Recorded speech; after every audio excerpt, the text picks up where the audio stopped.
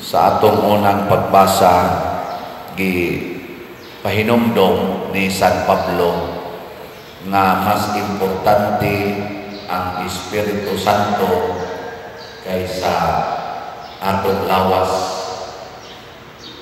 Mas importante ang gitudlo o ang gibuhat sa Espiritu Santo kaysa gitudlo o sa gibuhat sa atong lawas. Hindi ay mong tupad. Inahan may importante nimo ang Espiritu o ang lawas.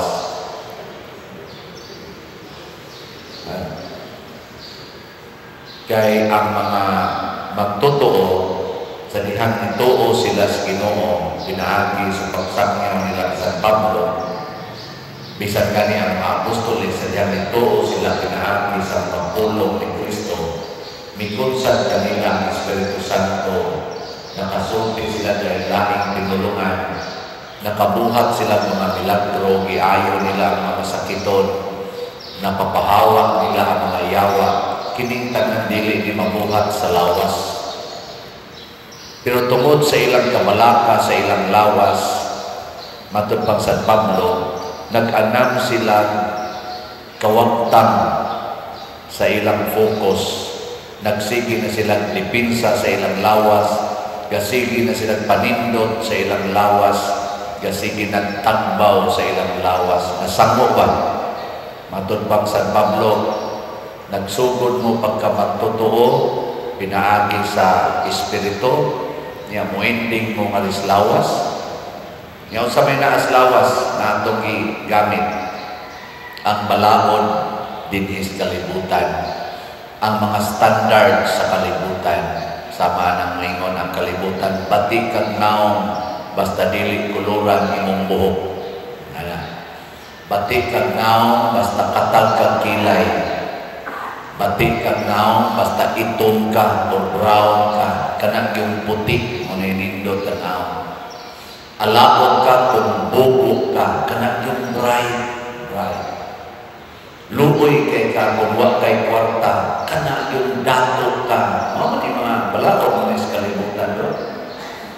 Alapot ka kung putot ka. Nindot kinantaas o height, mga mahay dayo ng mga diba na height na standard karoon na murag mo ang mahay ka.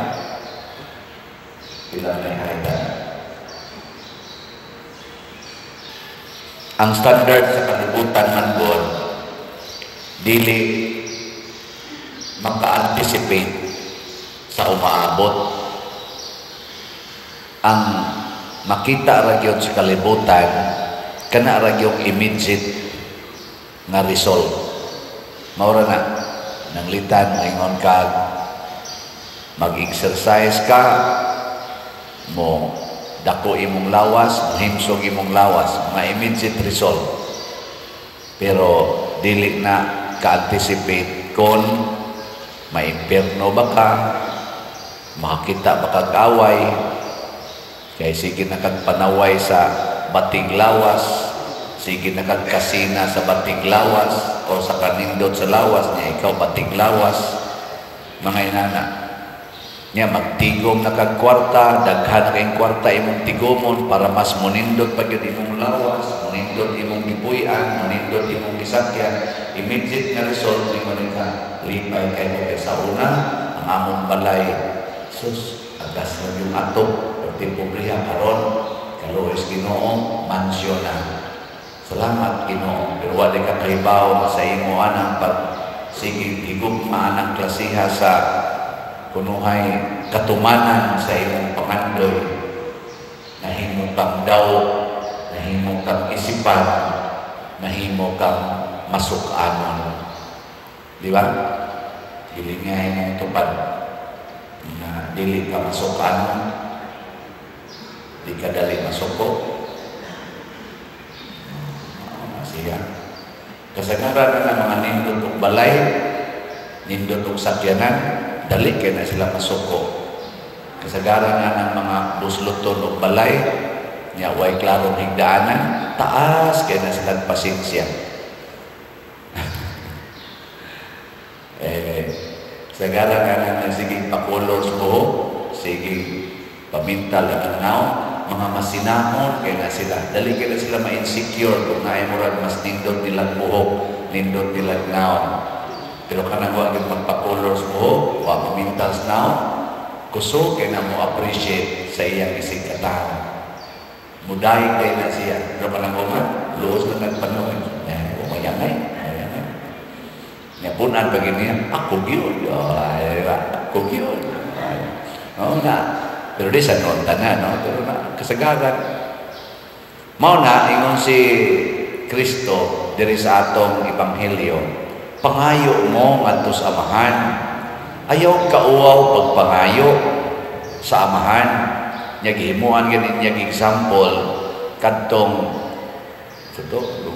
mangayo nga higala nya natug ng iyang higala nya wa man siya mauwaw sige pangayo mihatag tong higala nga mibalibad na unta matud pa niya ni Kristo tungod na kay wa ka mauwaw pag sige pangayo manaingon na siya pangayo kamo o kamo hatagan pagtuktok kamo o kamo ablihan pangita kamo o kamo makakaplan kini dili ni pagtudlo nato nga magsiging pangayo sama ni ato dinhi adinhi na maglinya gyud ato na lang schedulean mobayulit pagit sa schedule ang pasabot ani parabol ni Kristo pangayo ngadto sa amahan nya unsa man itong pangayoon sa amahan matud pa ni Kristo diri ihatag kayo niya nimo ang Espiritu Santo kaya nga naman naaman sa Espiritu Santo ang tanan nga maayo nga atong gikinahanglan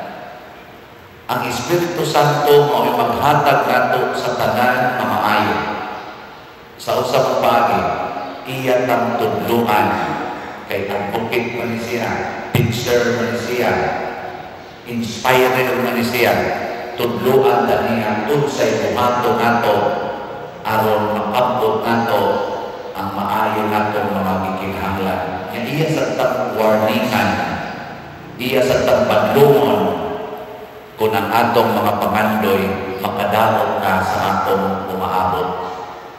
Kaya ang nagubag karon, naminaw pa na sila sa Espiritu Santo, dugay na silang iwarningan tingali sa Espiritu Santo ay mo pagsigig himo ang mga missile, mga rockets nga mga makamatay, mga bomba nga nuclear kay moabot yung panahon na ganahan na kay mong magsigig pabuto ana.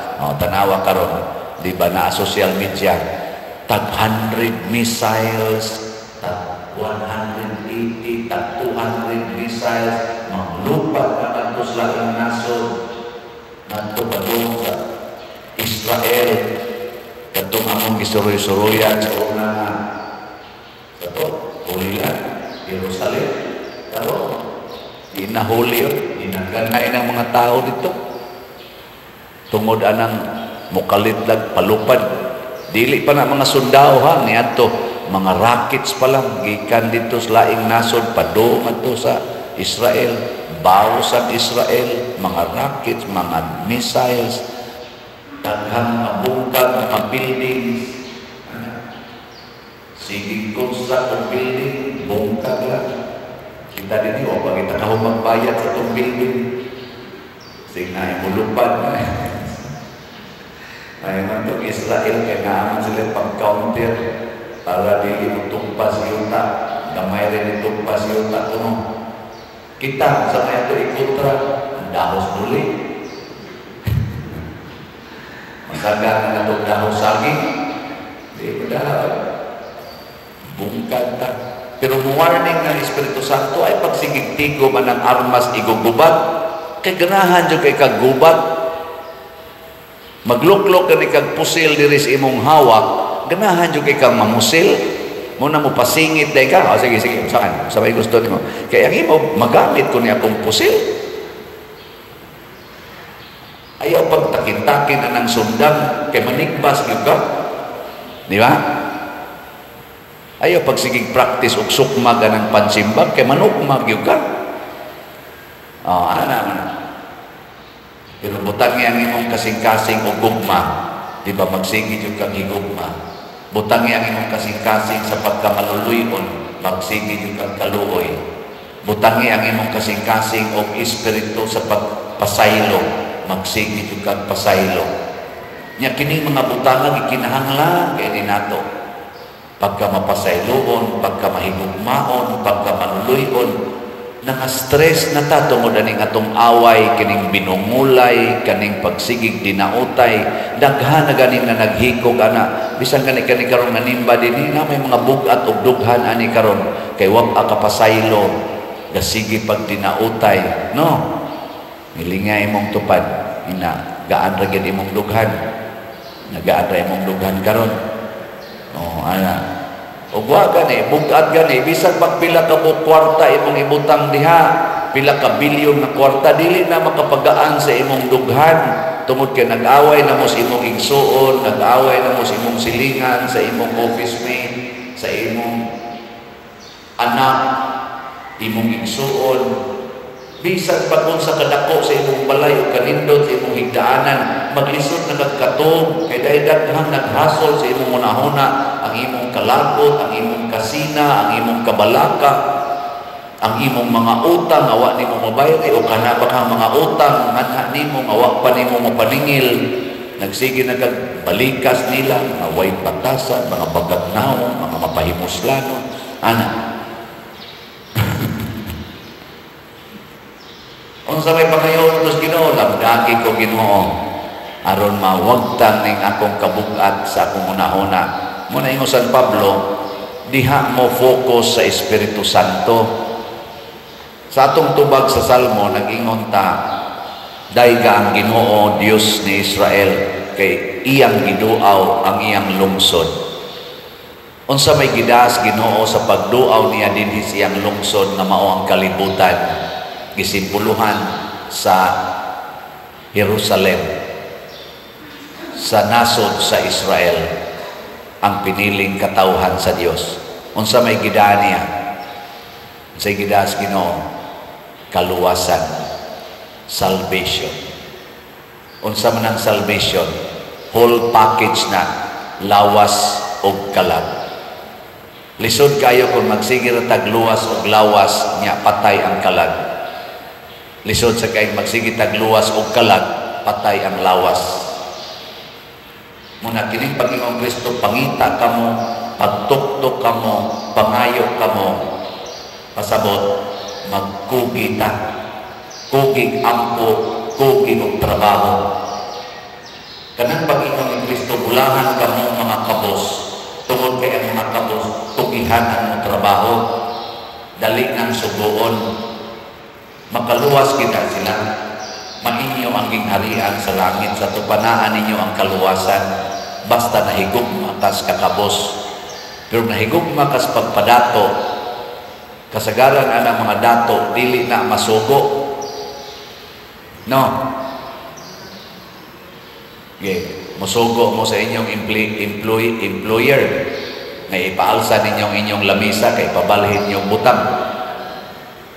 Kung na'y mamatay ng ilaga diya sa iyong opisina, kisa may inyong tawgon, ang janitor o ang imong manager. Ang mag-ignon mo imong manager, sir, ikamang na ko diya, sir, mo naman na adiyang patay ng ilaga. Ang imong pakamamon dito, ang janitor, niya pa der, o kita na lang sa tanan, mahimong kabos, kinsa naman lang sa imang warta. Hindi na yung isyo. Kinsa naman lang imang warta.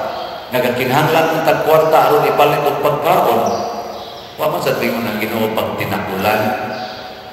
Ang ingos Ginoo higugma alang ang kakabos. Pero matud pang San Pablo kanang tapulan ay sa nagpakana. Pagkugi kay ang Ginoo wa magtudlo nato sa pagtinakulan. Gani usa sa 7 capital sins ang sloth kanang katapulan. Capital sin na siya, pagkugi, apan ang imong kapugi, dili para sa imong kaugalingon aron ka madato, kundi nikugi ka para sa katilingban. Aron ang tanan, mabulahan, dili lang ikaw. Nanong naamaroy, billions of people nga naa sa state sa poverty. Labi na din sa atong nasod. Matod pa nila, mga 80% naa sa state of poverty. 20% naa sa nang gitawag na to above average. Ngano man na? Tungod kay daghan ang nangandoy nga magdato, wa maghuna-huna sa iyang tibuok kauban nga Pilipinos.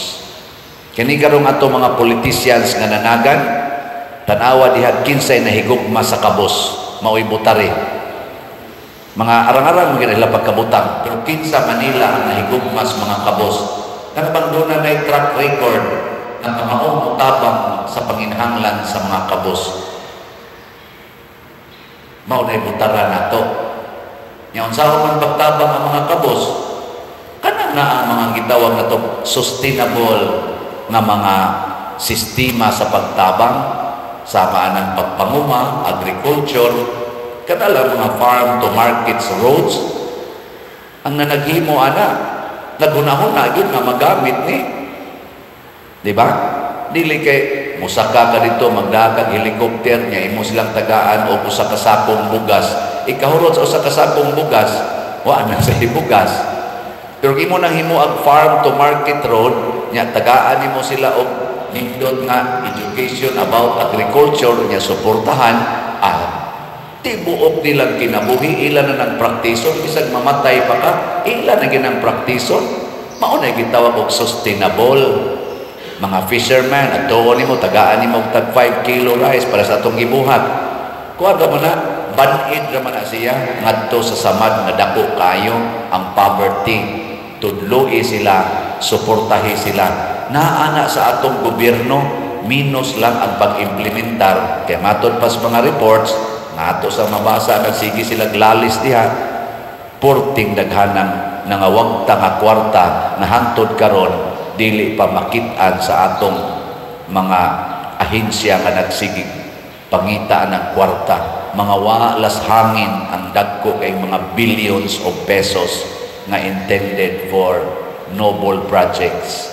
Ato na ning hunongon, mangita na tag mga tao nga atong butaran kadtong nahigugma sa pagtabang sa katilingban, dili tong nahigugma sa ilang kaugalingon. Gilas na lang lingi be. Ingna mutabang nakagpalit sa slat. Ingna katilingban ang giling slat ni Father, mutabang na ka. Ako mong sultihan aron mo kay bao pila na ato rong katilingbanong obligasyon sa atong SPF DAG para ni sa atong kumbento. Bayron na lang nakasagaran ang trabaho nun diya, gamay na lang kayo. Tingali mga end of this month, mahuman na natin ng trabaho, pero ang palitonon na slot, daghan pa. Ang atong halin, 40,713 ka slots, o niya napay 19,287 ka slots na available. Tag 500 pesos per slot. Nasa ni siya 16 slot challenge, nakadawat na sa tag ang matag 8,000 per challenge, nakadawat na sa tag 263 ka 16 slot challenge. Sa SPF DAG na siya para sa kumbento. Yang para sa atong mga ipanghatag, o anang hatag na itong mga bugas, kinagmay na lang nilong hibilin para sa atong kapistahan. Hindi mas kita po na tingali ang atong budget na yung pista, kaya ito na yung gingoon na urag agape niya kami para sa pagtukod ng mga balay. Kaya magtukod ng mga balay sugod karong buwan sa November. Ang atong CTUMM na halina na tag 22,493 ka slots, na apay 47,507 ka slots nga available, nga tag 100 pesos per slot. Nasa ni siya 61 slot challenge, nga tag 6,100, 120 na sad ang atong nadawat. Yan ato sa tisap, padayon patang bidawat, kaya para ni sa ato niyang pagsigig paningkamot na magsugdan at tukod kining atong kolumbaryo. So atong pagpakan ang tanan nga namalit ni. Salamat kayo. Kaning mga tawhana nga namalit na tugsla mao ni dugay kasing-kasing na kabos. Kanabang kamaong manghatag. Ang kabos ra gyud nga kasing-kasing mo'y kamaong manghatag. Kay kanang mga dato o kasing-kasing tigong gina ila. Na may taong daghang kwarta pero kusog kay manghatag, kabos nagkasing-kasing.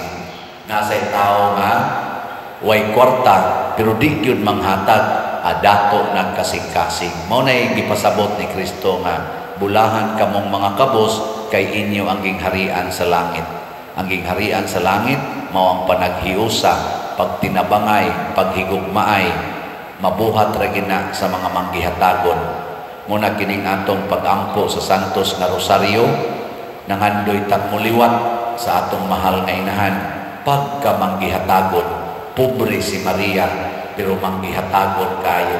Hasta ang iyang bugtong anak, iyang gihatag para sa atong kaluwasan.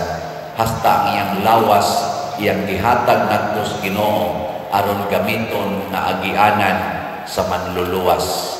Kay kabos man siya, dili lang sa iyang kahimtang, kung dili ang iyang yung kasing-kasing kabos, pero dato kay si Maria tungod kay napuno siya sa grasya sa Espiritu Santo.